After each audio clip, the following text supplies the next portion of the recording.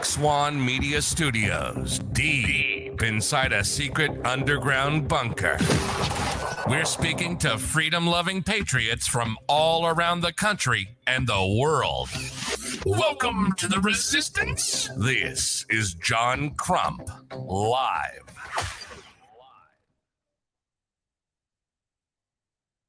And it is me. We are back. Sorry about that, guys. Little things happen here or there, but we are back. Definitely after a week off because Rich got us a vacation for doing stuff against the YouTube TOS. But I forgive him.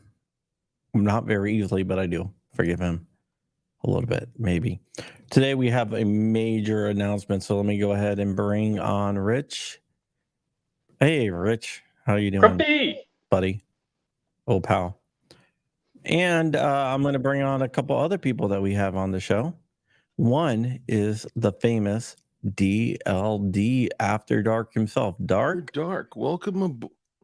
And we have Jordan Vinroe, who represents thousands of companies, apparently. OMG. I can't believe I'm on here with Dark. What's up? Hey, Jordan. How are you? You look great. I can't believe I'm sharing the screen with you. Saying about you earlier, man. That was So a pretty. I was like, dude, are you sure you want to say that about Jordan? And he's like, yeah, of course it is. I know. Yeah, It's that's crazy. I'm like, oh my God, don't say that about Jordan. I was starstruck, you know. So what's going on, everybody? Not much. Just give me a second. I'm gonna make a post. So how you been, Jordan? Thank you. Oh yeah, by the way, we are sponsored by the one and only Gideon Optics. Gideon Optics has made the Cub Scouts lives a little bit easier, which is awesome. Thank you so much for that, by the way. Yep. Oh wait. Why Always excited to help. Just out of curiosity, what about the name Gideon was important to you? Well, it's a Bible character. Led Israel. So I just love started with a small army. You know, went up against a great big gigantic opponent. Yeah, and it's a cool story. So yeah, I love what you do with the names of you know, or what you guys do collectively with right. your names. It's cool stuff. It's all Bible related. Yeah. Except PR Triggers isn't, so I don't know. It was just kind of a fun play on what it is, I guess. So yeah, you started PR Triggers a while ago, right? Before we get into the actual announcement. Yeah, it's been I don't know, Rich. How long's it been? It's at least 2 years ago. Yeah, I think I shot the first one 2 years ago. At least 2 years. It's probably been 3. Yeah, that was 3 years ago because I shot it at IV 8888. Yeah. Yeah. All right. So let's go ahead and get into what we are here to talk about. Mm-hmm. Yeah, no PR trigger for Rich till June. Yeah, that still stands. Yeah. Dang. All right. So what is the big announcement? So the big announcement is ATF has approved our pool release Glock style replacement trigger. Yes. 12 o'clock this afternoon. Yeah. I got a text from Jordan. I was like, oh. Right. You didn't call Crump up at midnight and say, hey, by the way, because after midnight, there's an excellent chance Crump wants to talk string theory. Yeah. Dude, I text Crump, I text our group chat last night at like 3:30 in the morning, expecting people to return the message the next day. Right. And Crump responded right away. He was like, that's a great video. Thank you for sharing. I'm like, what are you doing up? I was watching TV. Yeah, I was up watching stuff too. Well, that's super exciting, man. You guys have been, this has been a long time coming. You guys have been working on it for a long time. And in the interim, you guys started a freaking optics company, which has been awesome. I know on my optics, so I don't have to box it. I just placed an order for mine today. Cool. We'll always take your money, Richard. You already did. You took my money for 2 of your optics. Oh, your money's no good here, Crump. Yeah, that's why I ordered from fake addresses. So it'll go through, but then you better make sure that billing and shipping match. Right. Yeah, that's awesome. So, do we have a video by any chance of any of the PR triggers that we could roll in here for folks that maybe haven't I'm seen it? sure I can on Instagram. Yeah, it's on. If you go to Instagram, PR Triggers Instagram, there's a ton on there. I took one just like 10 minutes ago, but I didn't upload it anywhere. So When is it going to be out? That is another question that a lot of people are going to be asking. yeah, of course. So we have two options. We're waiting to hear back on the quicker of the two, but we didn't cut a mold for the trigger housing, which is part of the custom parts that we have to use. I've already spent just tons and tons of money on this, and I wanted to wait to make sure that it actually gets approved before I do the final stuff. And also in case we had to change something drastic, I don't want to spend tens of thousands of dollars on a mold and then have to do it all over again for no reason. So a mold, I got a quote back today, was going to be about 10 weeks. Yeah, there you go. High paid model there. Is this your backyard? Yeah, it's just my back porch, back deck. Nice. So I don't have a target. I just shoot into the earth. The neighbor's house. Yeah. So can I ask the procedure? Do you tell your family, hey, by the way, I'm going to be shooting guns off the porch, or they just see me walking, sliding the glass door open. They know that it's business time. They're usually not home when I do it, though. It's kind of like usually the middle of the day, and they're at school. Kind of like in Middle East when an IED is going to go off, everyone just kind of clears the area, runs inside, grabs their family. Because I did the same thing at lunchtime with Joe shooting Gallery New England. He came over. I'm like, hey, want to shoot guns? Slid back the door to the pool and just walked out in the backyard, and we just shot some guns. Nice. I do that. I do that sometimes. So I will be carpooling with Safety Harbor Firearms to some event that we can't talk about. So don't even look at the name of the event. But he will be bringing a 50 cal pistol with a mediator to Iraq veteran. I look forward to it. Well, so I look forward to the video. I'm hoping to get my mediator because I for some reason my order, I couldn't find the PO, and I just found it today. I just did a search. I'm like, where's my last message? I'm like, oh crap, they did send me a PO. So I did pay for my order. I don't know if it's going to be here in time. I do have. They probably shipped it today. They are super quick. I will say that. My plan was to mount the mediator on that Gen 5 19 on the Gen 5 one with the super glossy chrome slide. My plan was to mount the mediator on that. However, if the plate for it doesn't come in by this coming up weekend, I could bring my mediator and let you guys shoot it on a 50 BMG. How do you think you'll do with that, Jordan? I don't know. Should be all right. I mean, there's usually giant muzzle brakes on it, right? Yeah. I mean, sometimes 50s aren't much more than a 12 gauge, and I have one on a 12 gauge. No, the Safety Harbor. So I'm going to be bringing my Safety Harbor 50 cal 29-inch bolt gun, and the muzzle brake is highly effective. Yeah. Walt is going to be bringing his pistol with subsonic rounds and a suppressor. Look at that, dude. Make that video noisy. That's fun, huh? that one is smooth. Yes. Well, that's awesome. Yeah, it's a lot of fun. Whose backyard was that? I don't know. That was a range somewhere. Here's a local range too. That's a really early one. Then we have one developed for the CZ Scorpion, but we got to make sure we don't violate anybody's patents because we like to play nice. So, hey, nice. But it works just fine too. Is that a 3-position or 2-position? That one's 2 right now. I mean, you can add a 3rd. It's not terribly difficult to do that. Man, if I didn't already have one in my Scorpion, I would absolutely get it from you guys. Can we talk about how to install one? Yeah. I mean, if YouTube allows us to do that. No, it doesn't. Well, it doesn't. We can't. I want to get another strike, Rich. I mean, All it's right, just so putting in the It's housing. it's a drop in, right? Yeah. Yep. There you go. That was easy. Yep. So it's going to be for Gen 3. OEM right now is it's going to work for everything Gen 3 compatible, but right now we're testing everything on factory Glock firearms to make sure that it works. And then outside of that, then we can narrow it down if there's any kind of troubleshooting on anything else. But we have one in a dagger.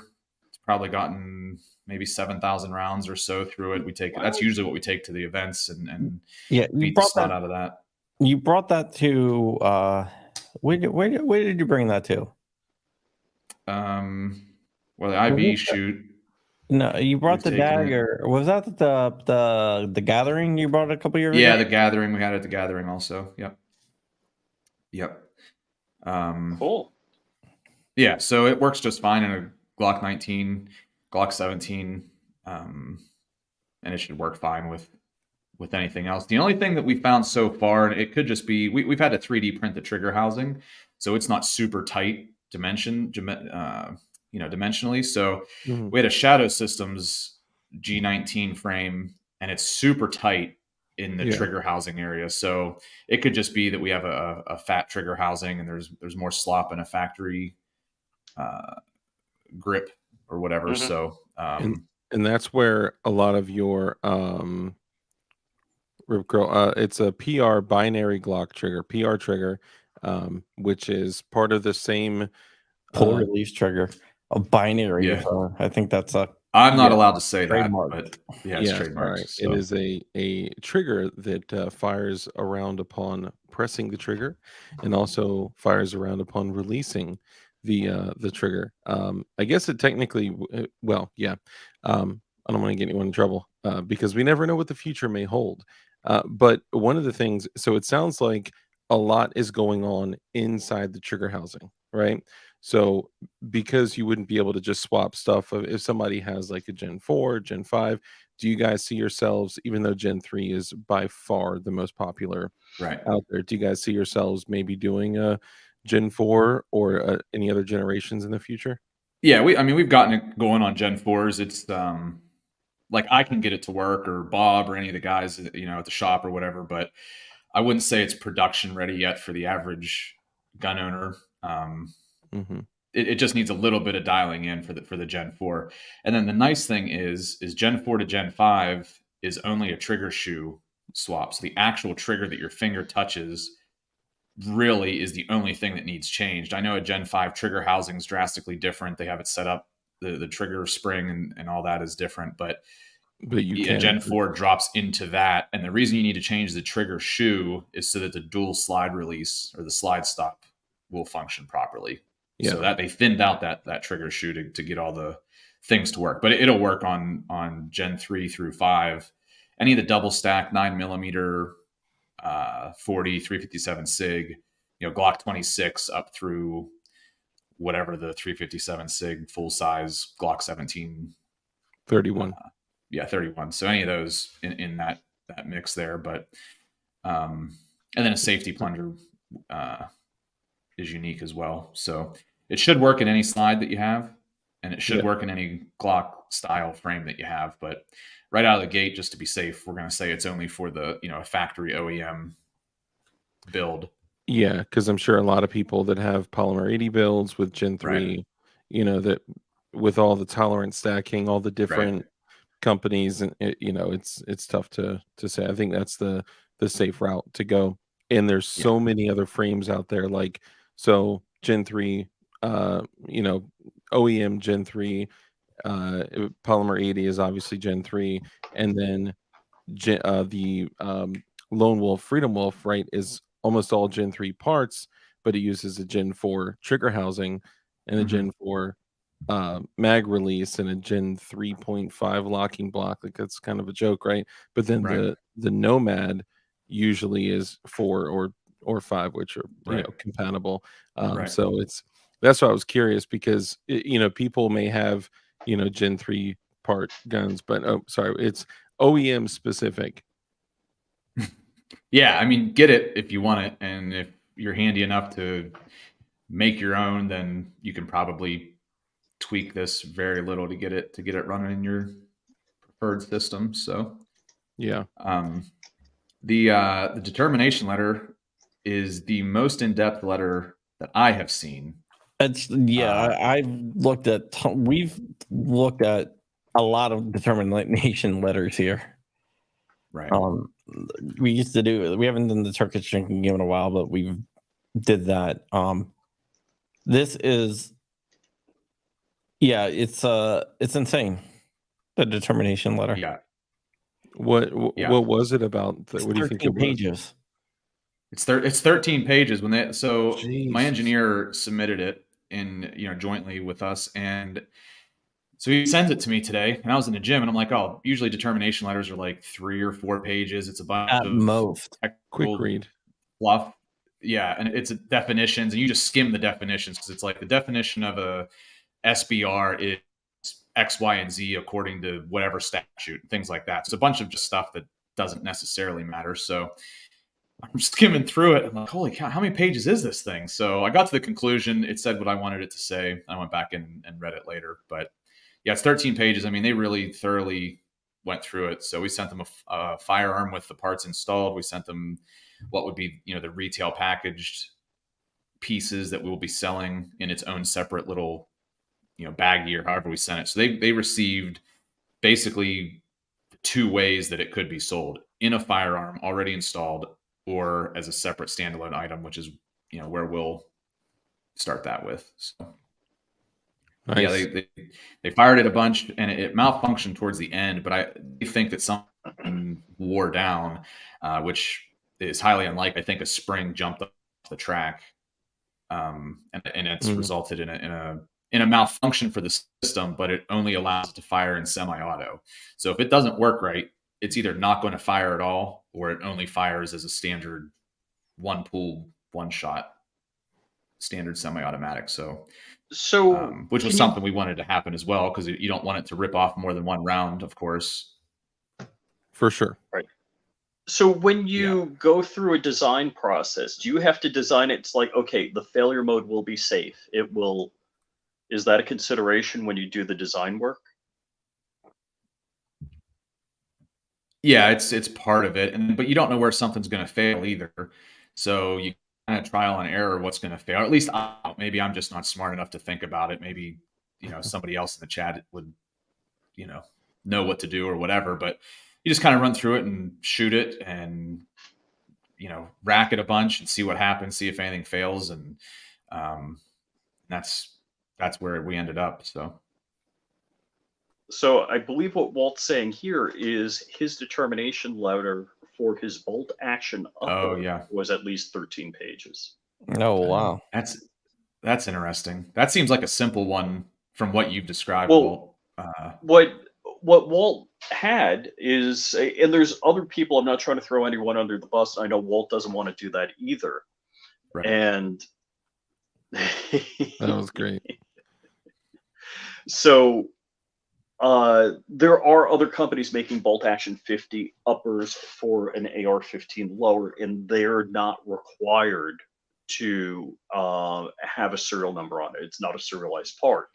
Whereas Walt and a couple other companies got a letter from the ATF saying, hey, by the way, that's a firearm. I think once they breach a certain number of sales, the ATF takes notice. Honestly, that's what I was thinking too. Like how would they know? If you're selling not a firearm. People didn't they turn up? Didn't one turn up or something? I forget. It could be. I mean, why they have to have some type of idea or something, or maybe even just seeing how many pop up on social media, or they do monitor.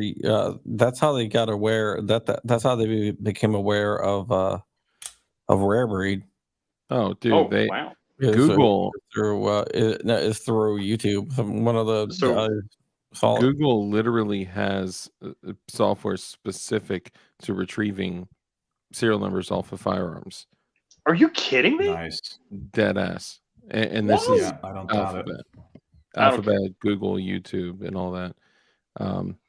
I don't know if Facebook and Instagram have the same thing, probably, but Probably. it's kind of crazy. So that is strange, right? So if I sell, A2 AR-15 grips, right? And after I sell a few thousand of them, if the ATF was like, "Hey, you have to sell this, it has to be serialized, treated as a firearm, and sold only through a 4473," like what?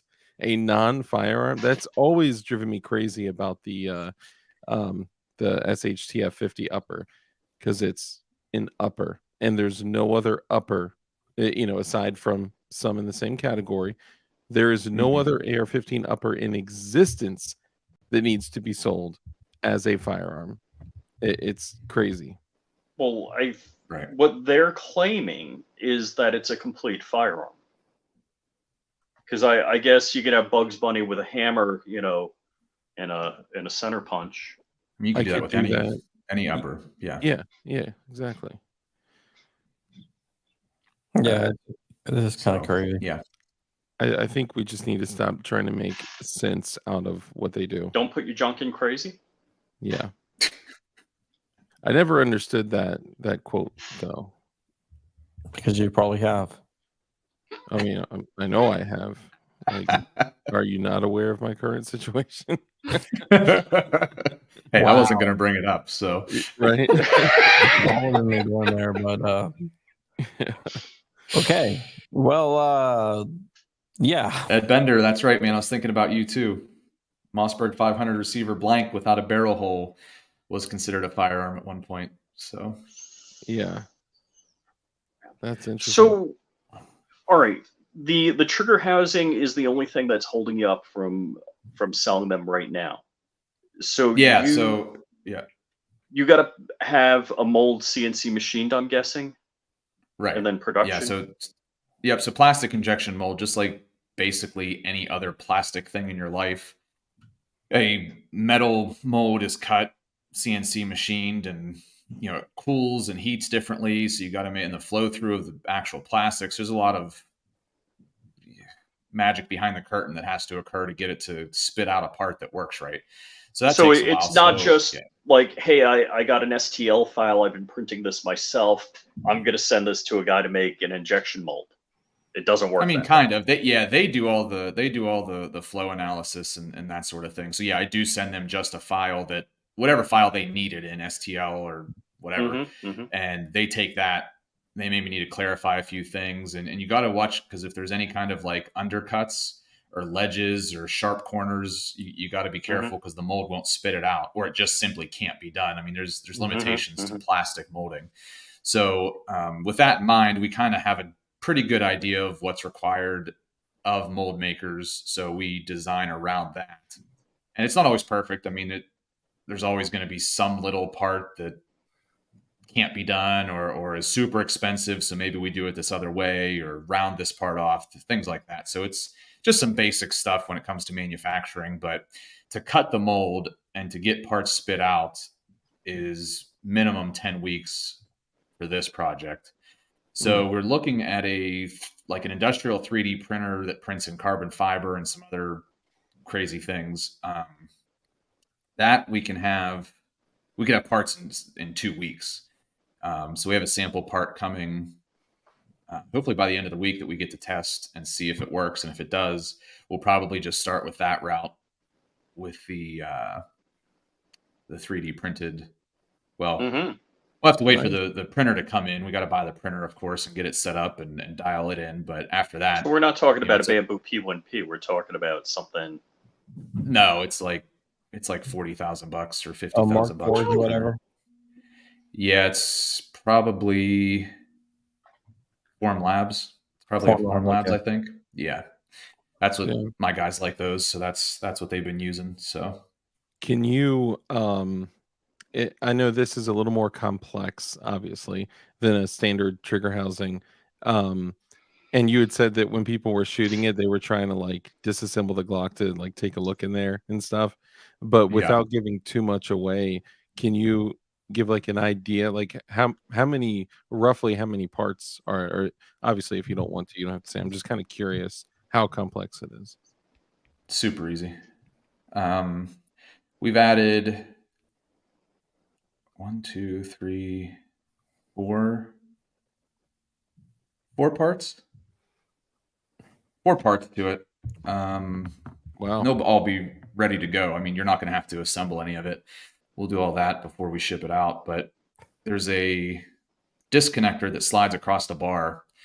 And once you have one, or if you see a picture of one, which I'm not going to release just yet, but once you see it, it's like, oh, this totally makes sense. But my verbal description is probably going to butcher it. But It's like the first time everybody saw a wheel. Yeah, right. It's this round thing, and it does this. Yeah. So there's a slide. It's a disconnect that runs back and forth the length of the trigger housing. We modified the trigger bar that would go into the left side of the trigger housing, and basically it just runs over this bump that's built into this disconnector. And so there's no sweet spot because it moves and the trigger moves. So you can't catch it in a spot where it's just going to start ripping rounds off. Where you get into that situation when you have a stagnant bump, like some other folks have attempted and done.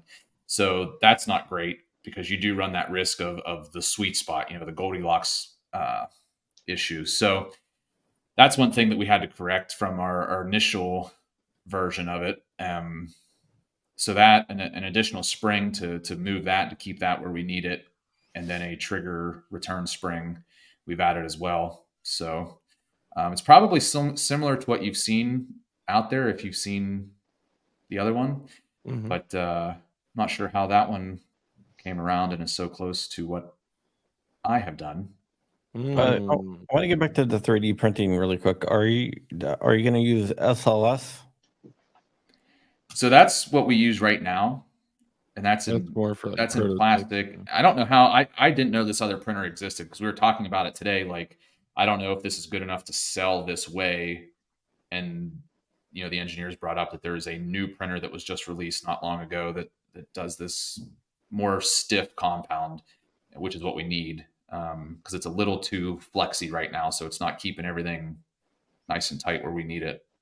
Even with like a CF12 carbon fiber nylon, it's still kind of I think it's a nylon that we're printing with right now. I'm not 100% sure on what because I don't print it. My other guys do that, so I'm not 100% sure. I guess I could look it up what it is, but that's all good. I was just kind of curious compared to like the traditional stuff that like the people like us could get our hands on.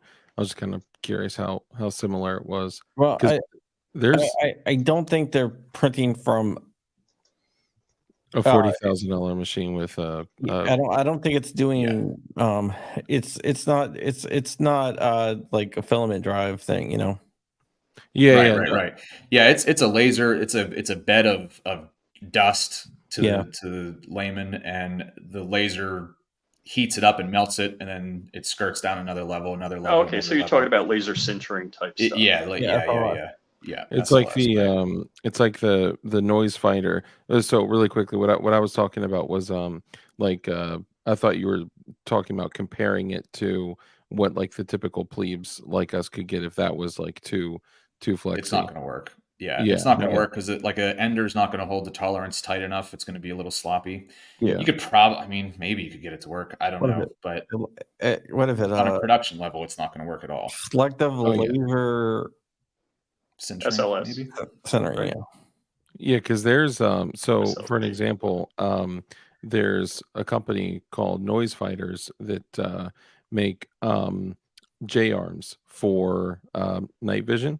So typically, if you buy a J arm for night vision, it's $400, $300 to $400, and it's the piece that you attach your tube to your Wilcox mount, right? And then you can kind of bend it back, stow it, whatever. But there's really only like a couple different ways you can move it out of your way if you're not actively using the tube. So this company, Noise Fighters, came out and they're using the same type of system, where I think the cheapest, most simple machine is still like $12,000.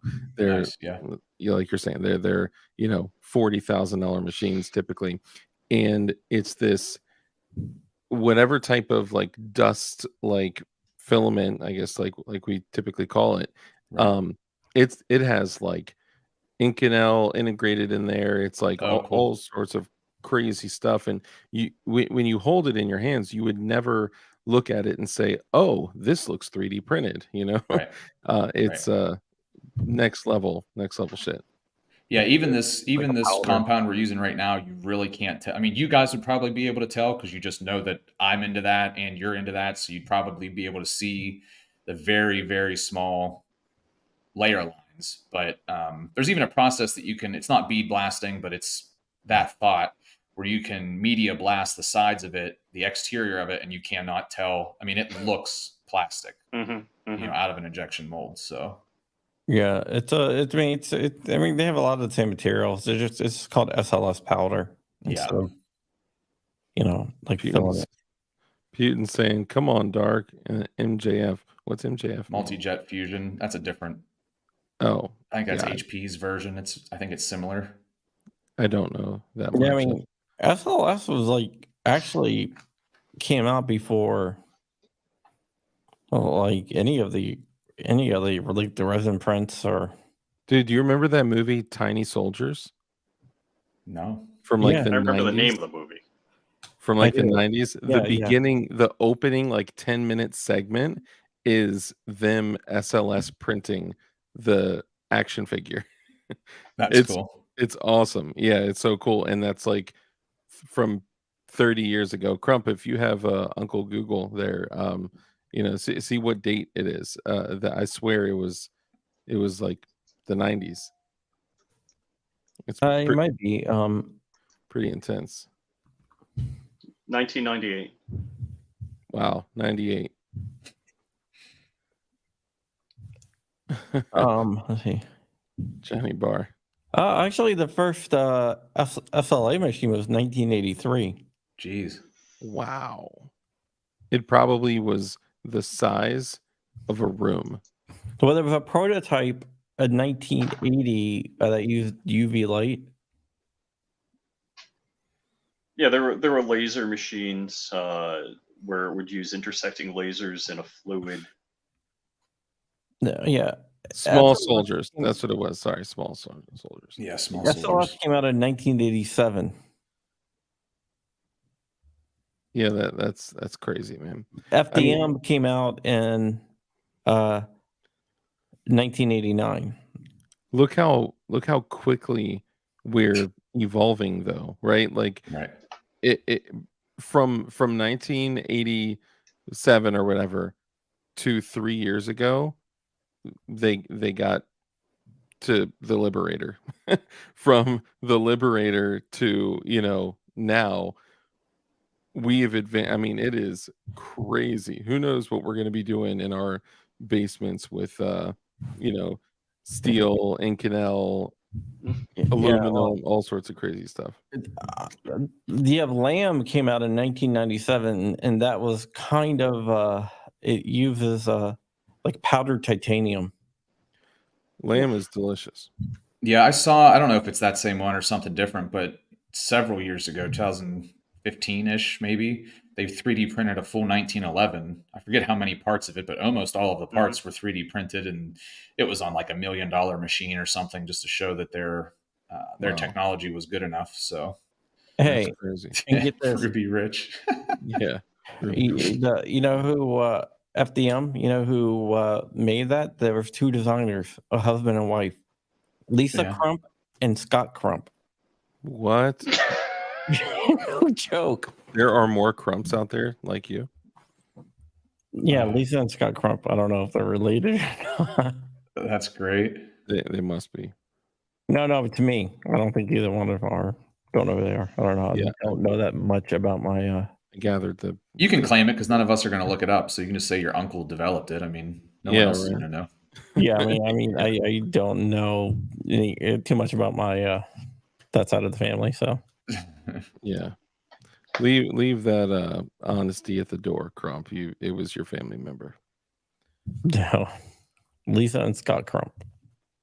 So the new material that we're talking about on this printer is nylon 11 carbon fiber.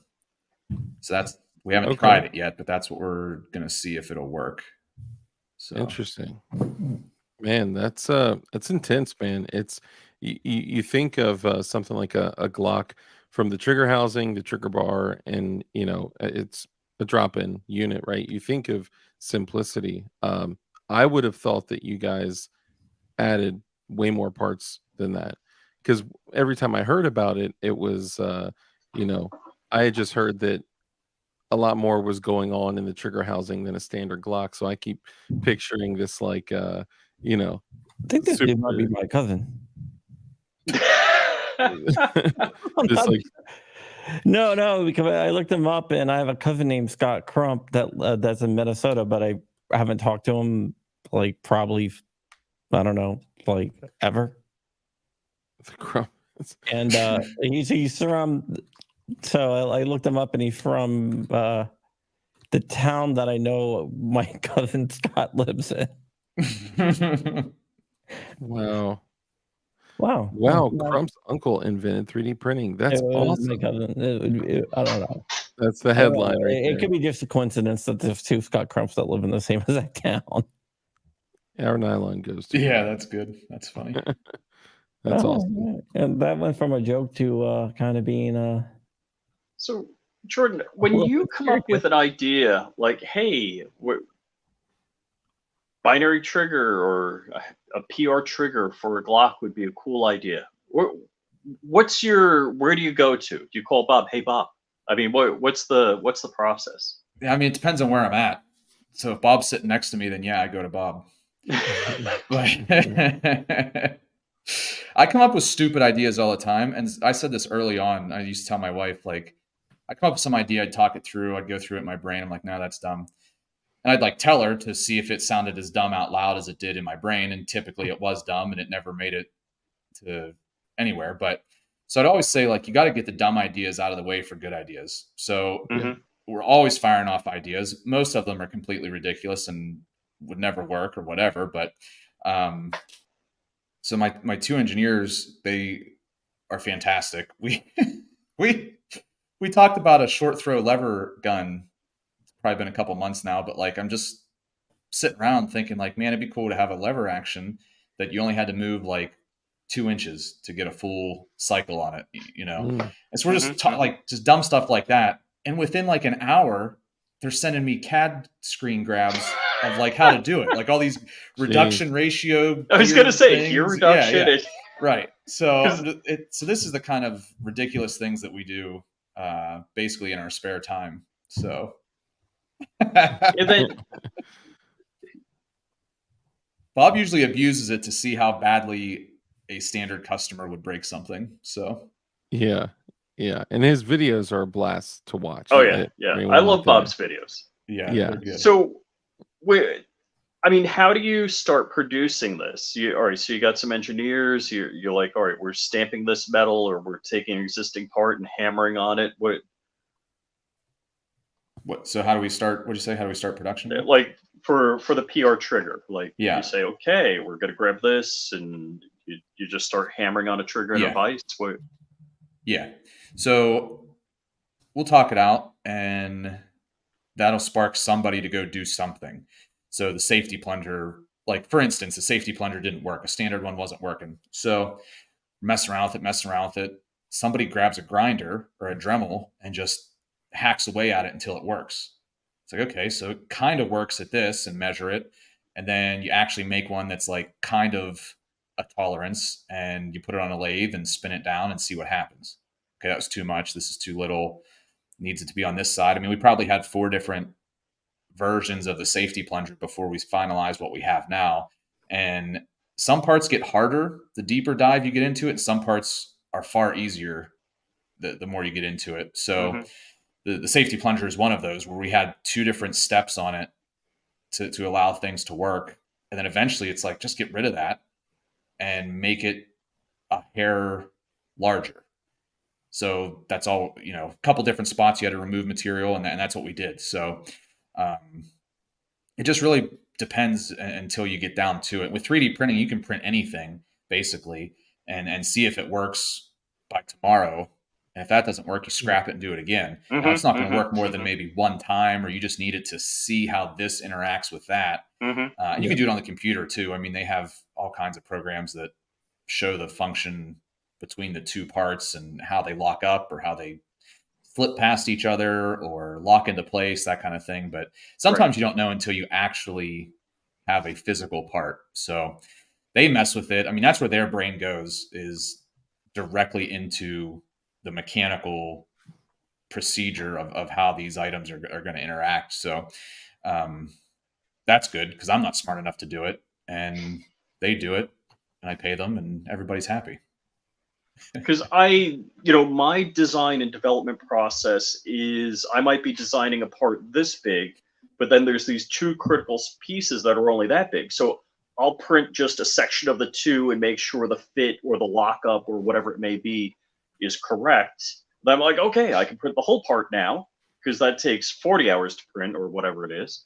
Whereas just printing that little part doesn't take a whole lot of time. And like you said, I kind of actually, this is the part I designed here. It sometimes you only need, like, you don't have to print the whole width. You only have to print like that much of it to figure out, yes, this will work. And you can move on from there. And like you said, if something, you don't necessarily have to have it to like steel tolerances. If you can 3D print something and see this passes through or doesn't pass as needed, then that makes sense. And let's try that on the lathe next time, or a mill, and make it out of metal. Right. Yeah. So without 3D printing, I mean, I don't know where we would be.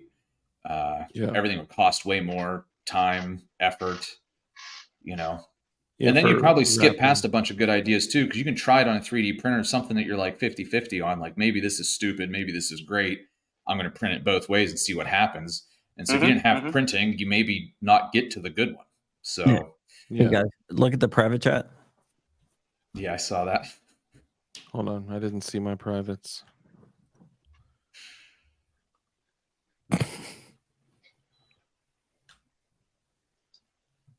Interesting. Yeah. Interesting. So, Jordan, will you let Bob know about the 5.7 bullpup you're designing? Oh yeah, that's in my office. Now, out of curiosity, I'm curious about that. But out of curiosity, does the PR trigger take any standard Glock parts? Like, is the trigger bar, is that? Well, I mean, the trigger bar is a factory. I don't know like how much of a trade secret it is at this point.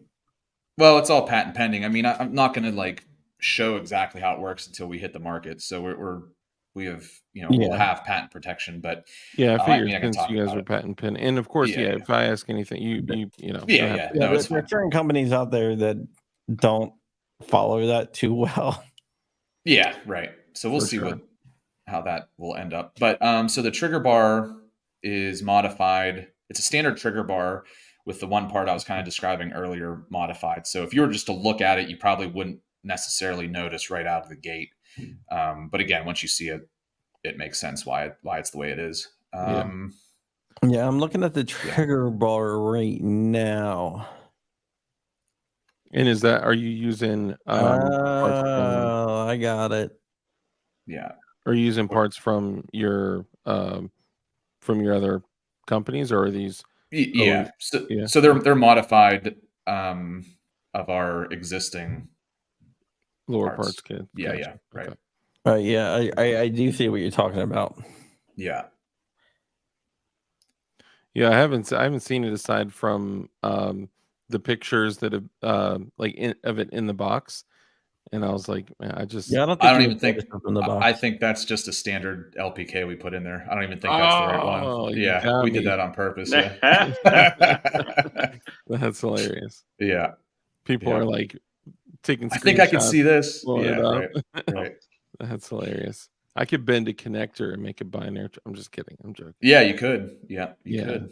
Yeah. Don't, guys. Don't. Don't do what Dark says. You could also make something else by accident too. Yes. Depending on which way you go, it's like no worky and worky way too much. No. Yeah, right. I know another Yeah. YouTuber who's not with us because of talk like that, Dark. What? I didn't say anything. He didn't say to do it. He just said, I actually literally just said to not do it. yeah. Don't do it. Yeah. Now, I think you have to say, I'm not a lawyer, and if you take advice from me, you're stealing. Yeah, I said that on on a comment, and the guy was like, "You look way too young to be throwing out dad jokes like that." I was like, clearly, you don't know CRS firearms. Okay, yeah, Yeah, that's but cool, man. I cannot wait to get my hands on one. That's I've been waiting for. So Yeah. legit, 100% legit. A couple feet away from me, I have a G34 bullpup that's No. never had any trigger in it, so I could put a PR trigger in it. in Because June. Florida, In Right. June. Oh yeah, In yeah. June. Yeah. Yeah. Sorry, Rich. Because you're not getting I it didn't- until June. 2024 maybe. Like, I didn't if know that see you were an order into- come through, just cancel it. Cancel until June. I didn't know you were into bullpups, Rich. oh yeah, oh you're joking with me. Come on. The fact that you were like, yeah, you're Really? yeah. Rich is like, he's got a bullpup tattoo on his lower back, like Yeah. right in the middle. Oh, I know. And Dark's seen it I've once. seen Once, yeah. I'll never see it again. That's All right, when I saw Hank a Strange comment is more into earlier. bullpups than me, so that's Yeah. that's the same time that Dark showed Rich's big deck. Dang. Well, Pete said I mean, down- Dark has a natural wood deck. Your deck is synthetic. That's true. That's true. But he's the $1 million man, so that's different. Dang. So Putang said downgraded to never for Flying Rich. Wow. Dang. Oh. I shot Rich's AUG today. Cool gun, but that trigger sucks. Welcome to the trigger's beautiful not- world of bullpups, my friend. Dog trigger's not great. No, it's a machine. Oh gun. well, all right. It's supposed to So be- Shooter Gallery New England brings an AR by, and actually it was the Safety Harbor Firearms lower on his AR, and he's got like a $300 Geisley trigger, and he's like, "I feel that." I'm like, "Oh," and then he shoots my AUG. Right. I don't like the AUG machine guns. but it's a creative design, effective and useful. It's an excusable trigger if it results in yes. Oh, that was at a That was at Eagle Oaks. Shoes event. Oaks, Yeah. Pennsylvania. Yeah, that was the first Eagle Industries Eagle show. shows.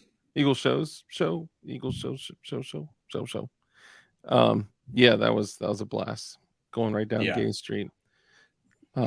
Rip Curl Readiness says no, that says bull pump DLD. I guess you're Wow. that too. Sorry, Jordan. This has gone Okay, off the let's jump. rails. Well, let's move Yeah. on.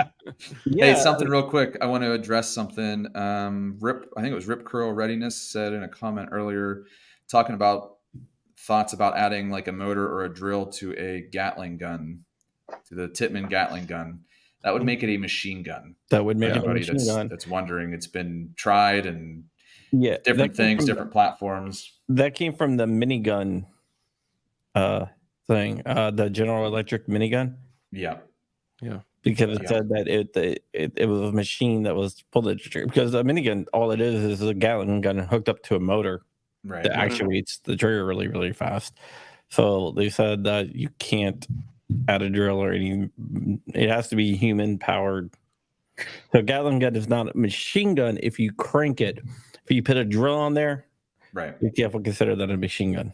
Yeah. The guys have tried it on ARs with like Hellfire triggers or something. They put like a cam in it. It's Yeah. been done, and it's not a legal thing to do. So Yeah, well, the Hellfire triggers, they went back and like banned those retroactively. did they? Are they banned now? Yeah, that was a while ago. Interesting. I had no idea. Yeah, There's that somebody was- still selling something like that with a similar name. I can't remember what it is, but Heck fire. Oh. yeah. That's how they do shit. It's like, dude, come on. We all know. Right. Come on, guy. So, I think you had said, did you guys get an approval for, and we don't have to talk about anything else if you don't want to again, but just out of curiosity, didn't you say that you guys got an approval for a Beretta? Yeah. For an 80% Beretta. That Man, is that's so been a while. man, I cannot tell you how many times that's come up, and everyone that's in chat is like, "Oh my god!" Like they go crazy over it. Yeah. What's the likelihood you So think? Or you can go ahead. yeah, so I was going to say the reason why we even sent one down was because a manufacturer friend of ours was going to start producing Beretta clones, start to Yeah. finish, and they're going to be high end, great build. And I thought, well, if you're going to make all the parts already and they're all going to be brand new, then I'll submit an 80% version, or what I think is an 80% version of that frame, and Yeah. you have another outlet for parts manufacturer. So Yep. they've since gone out. Those folks unfortunately went out of business. But That sucks. I finally got approved on the 80, but that was also before the new rule came into effect and all of the So other. basically, all those are Yeah. whatever. And I mean, I don't know if there's a source for parts out there either. That's, we could 80% or whatever, any Anything. gun, Yeah. but it's like, if there's no parts, who cares? Yeah, I mean, there's I very would few people that'll expect. buy it just to have it. That's why Yeah. there's like all the Glock clones out there. Right. Yeah. I would personally, I would have expected to see a massive overflow of, U.S. Army, Marine, Right. like whatever, M9 parts. But Right. there's just, I don't know if they're like eating them or leaving them in Afghanistan or what, Who but knows? they're, Yeah. yeah. No, I agree. When I redid my Beretta and get the old Beretta that I have that I redid, it replaced all the parts and everything in there. It was very hard to source parts Yeah. Yeah. for it. It I was mean, very hard. It took a while to get all the performance, parts. yeah. Performance parts you can grab, but man, yeah, I don't think it'd be the best business move, but goddamn, the thing would be cool Right.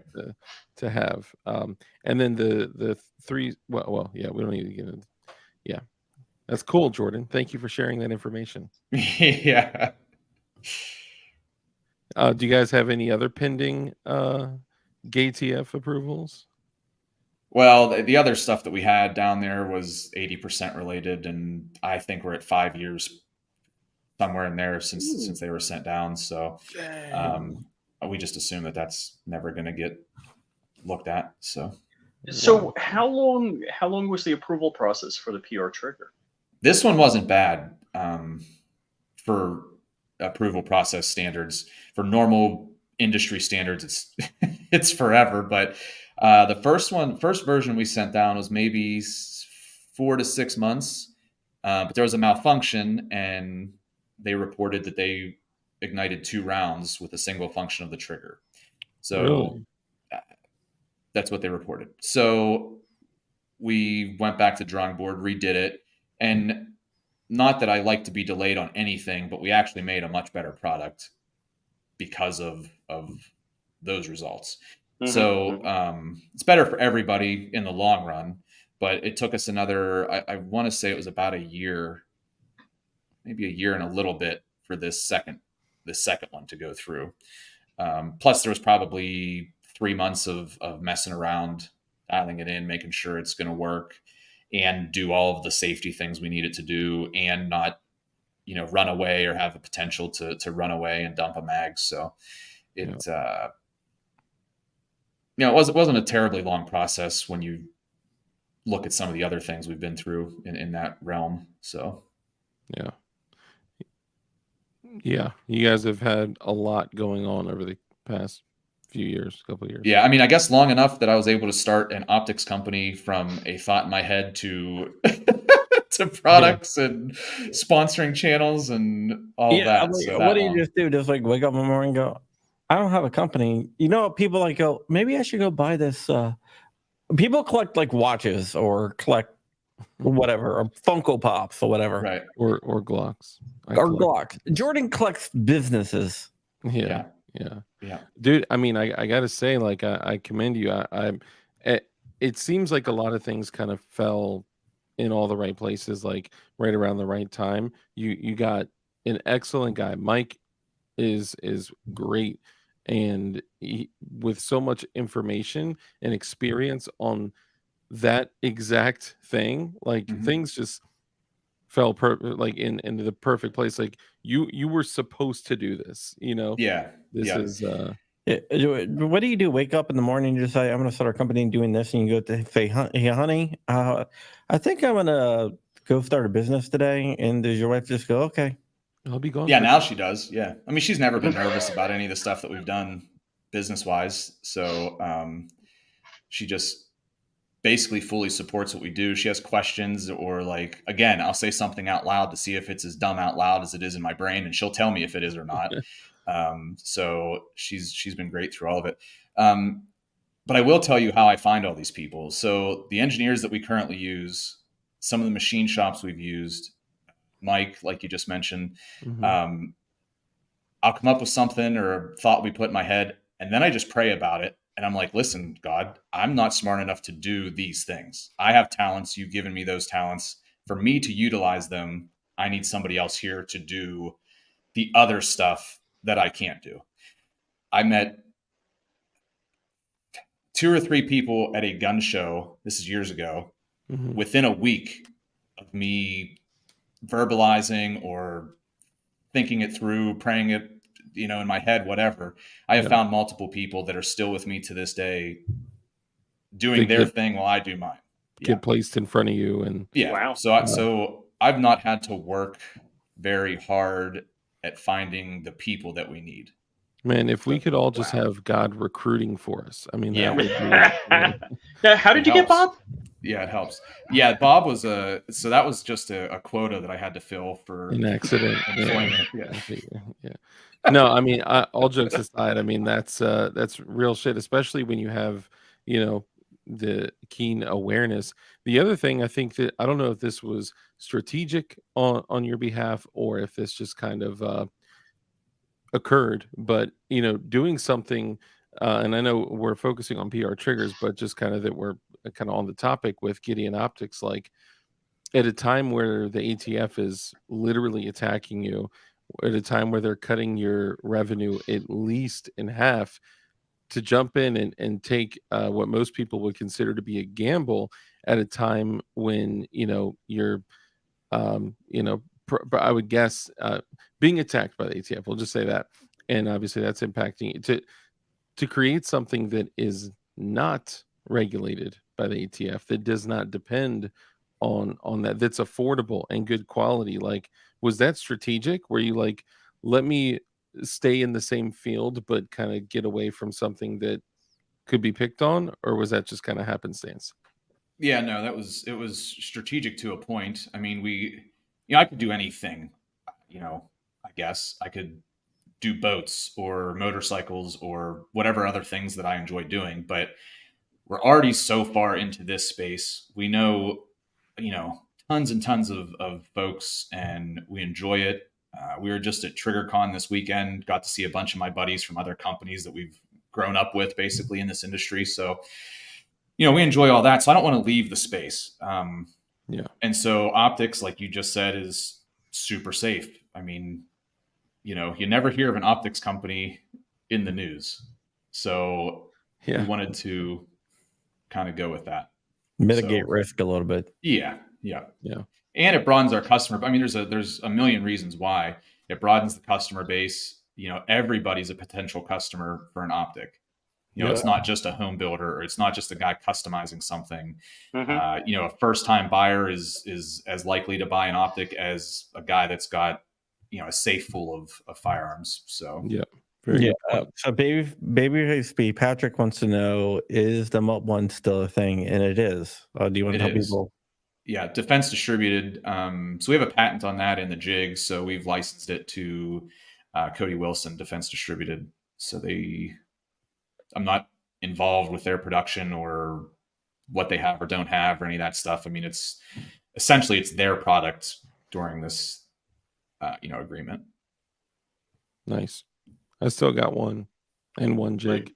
chilling. Yeah, good. I got like 6 of them. Yeah. Yeah. Yeah, the first one that I built, I was like, I literally built it drilling holes on my basement floor with a hand drill. I've no idea And how you did that. I I mean, got through it using Aegis Gun Care as cutting lube. And Bob was kind enough to actually send me a bit kit with cutting oil, Yeah, cool. but I gave it to my viewers for part of a giveaway one day. And I was like, Yeah. oh, fuck, I'll get through it. But I was like, what I built works, but I'm going to build one like correctly, Yeah. build it all nice and pretty. Right. But you guys have done some cutting edge shit, man. I with all the companies, all the stuff you guys have going on, I admire the way that you guys do business. Yeah. Thanks. all right. So we're over an hour now, so we're gonna wrap it up here. You can follow Flying Rich at Flying Rich on YouTube, Flying Rich Firearms on YouTube, Flying Rich _official on Instagram, Flying Rich everywhere else. DLD After Dark can be followed at DLD _after_dark on Instagram, DLD After Dark on YouTube as well. You can also check out DLD Hardware and My get man. his products there. Rich has flyingrich.com.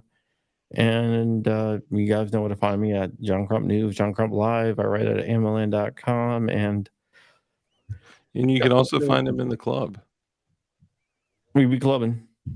Yeah. You I don't know. That song from was it 1996 ish? 97, late From a 90s. long time ago. Whatever. Yeah. And Jordan is Gideon Optics, JFD Supply, Patmos, PR Triggers, Patmos Slides, Eagle Shows. Eagle Shows. Am I missing any companies? He does own the Sun as well. And you're welcome. Like the Sun, yeah. And by the time we get off this podcast, he would have started about 3 other companies. Right. Yeah. Thanks, guys. Yeah. Yeah. He's texting people saying, "Hey, spin it up. We're doing this now." Send me a CAD drawing of the Sun. Right. Thank you, Jordan. We appreciate what you do for the community and for all of us. Anywhere else they can find you at? No, that's it. Just type in any of those names in Instagram. Most heavily involved in Instagram. So And Optics.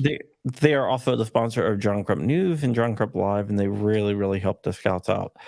And also, they're currently I just want to throw this out there. There are currently police officers using Gideon Optics on their firearms. Dude, I love the Mediator. I mean, the Mediator is by far my favorite. I have every Gideon Optic but the Rock, and I will rectify that. I actually need the Rock too. That's the one. But the Mediator is badass. Mediator's fire, and you can toggle through different reticles on there. I did not know that, so that's cool. Yeah, it's freaking incredible. It's a great optic. I highly recommend it.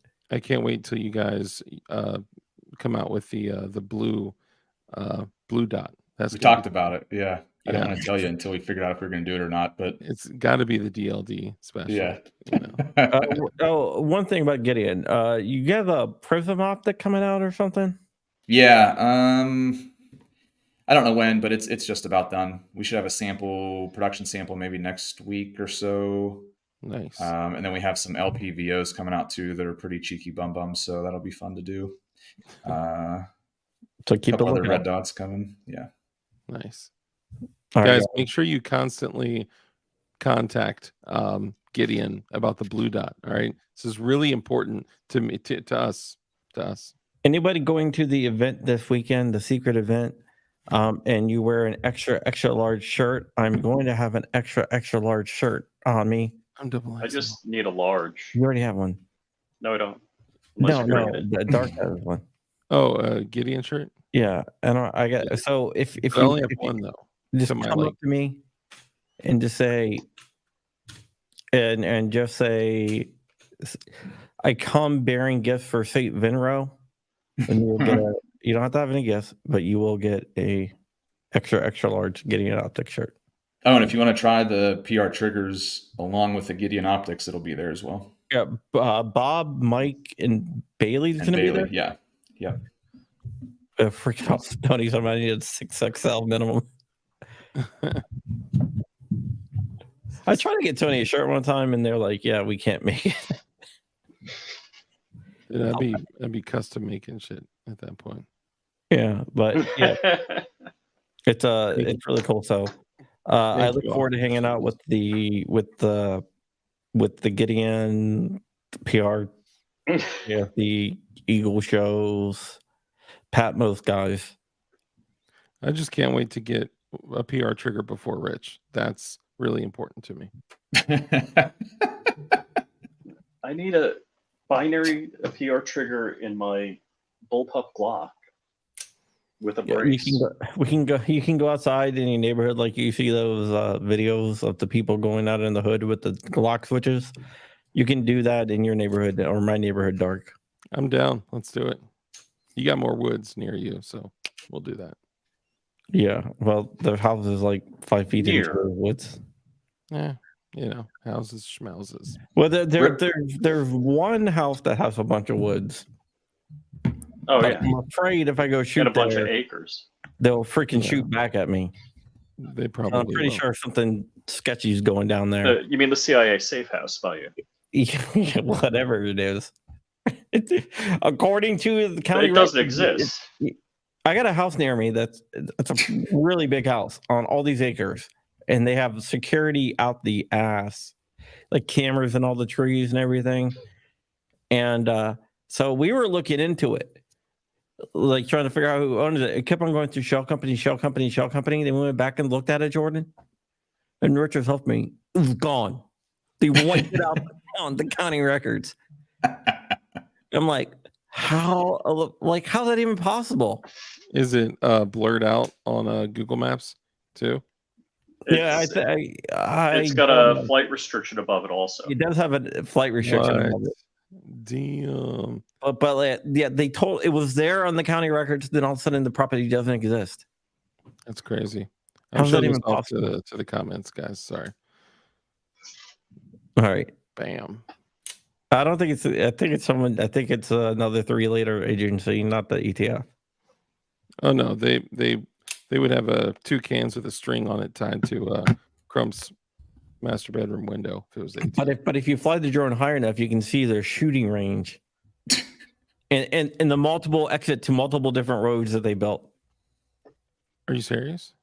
Yeah. You haven't seen it? I showed Rich where they got the gates closing down that goes to a back road. Did not know that. Did not know that. Yeah. They have like multiple waves of out of there. That's crazy. It's insane. All right, guys. Excellent. Ladies and gentlemen. Thank you guys so much for watching. And remember to F the ATF.